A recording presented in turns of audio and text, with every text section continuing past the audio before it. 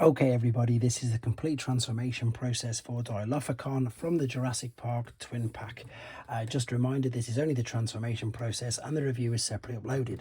Also, these do come off, so don't worry if they do. If they do come off in the video, I will just, of course, reattach them later. Right, let's start off with the legs then. You're going to separate this because it should have been tabbed in slightly there.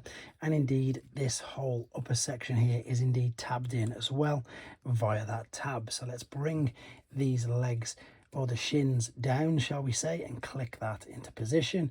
And as you can see now, we've pretty much got one of the robot legs already. Same principle on this side. Bring this forward and down, tab that in, and then just correct the orientation.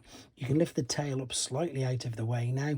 What I actually suggest you do first and foremost though is bring the head forward. You can see how this separates from the back of the neck part, and then you can lift this all the way back. And then this is where I was on about, if these come off, don't worry about it. What you need to do is make sure there's enough clearance for them to fold back and indeed collapse over themselves like that. You can now take the front bit forward and you can, via this tab, get the head, bring this up and then turn it around to be facing forwards. What we need to do with all this part though is lift the hands out of there via the tabs, and we need to collapse over this. This is quite reminiscent of, I suppose, Studio Series 86 Scourge. Collapse that bit in there and that bit down. I've knocked that off, but I'll bring it back up and then collapse it into there, and then via them tabs collapse it all together in one like so. You've got the feet down. Again, I'm just going to reattach this just so you can see it when it's attached. You've got two choices now.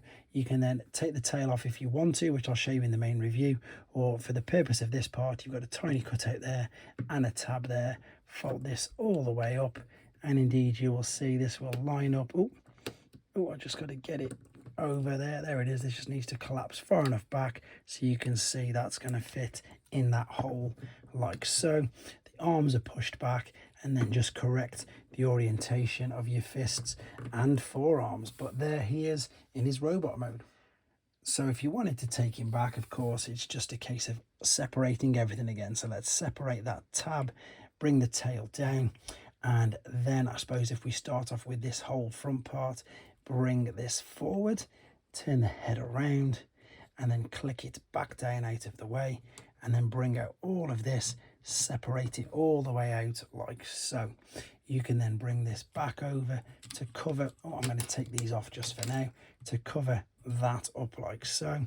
Now you would need to bring this forward and tilt it up anyway. So if it had these attached, what you would have needed to do was swoop it up like you saw from the first part of the video.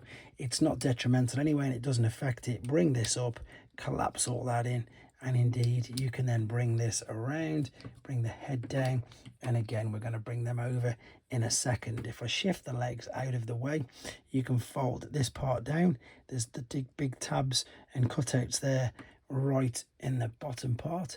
We can locate them together, and then when it comes to the legs, these can be quite tricky, but if you have a look, you've got a tab there and you've also got a big tab, sorry, cutout there. So what you're going to do, you're going to take the leg, you're going to bring this all the way up and over.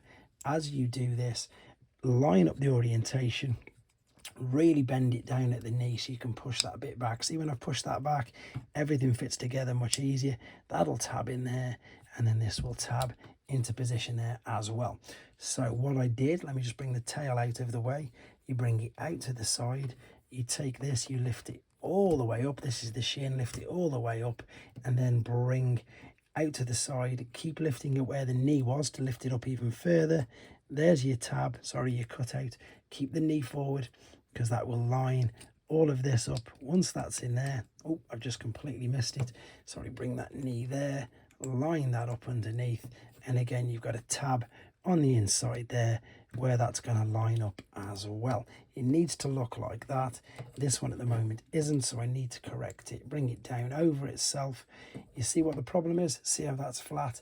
This one isn't. If I bring that down, this will come over. There you go. That's just a different way for you to see for it to work. Over that tab, correct the orientation of the feet like so. Oh, let's bring that one up for you as well. And now, of course, just reattach these. These come underneath like so. and then lift the head up. And oh, I've just knocked the arms out now. Typically, I think you get the gist. I just keep knocking everything out. But there you go. That's how you transform him into his alternate mode. Hope it helped anyway, guys. Take care.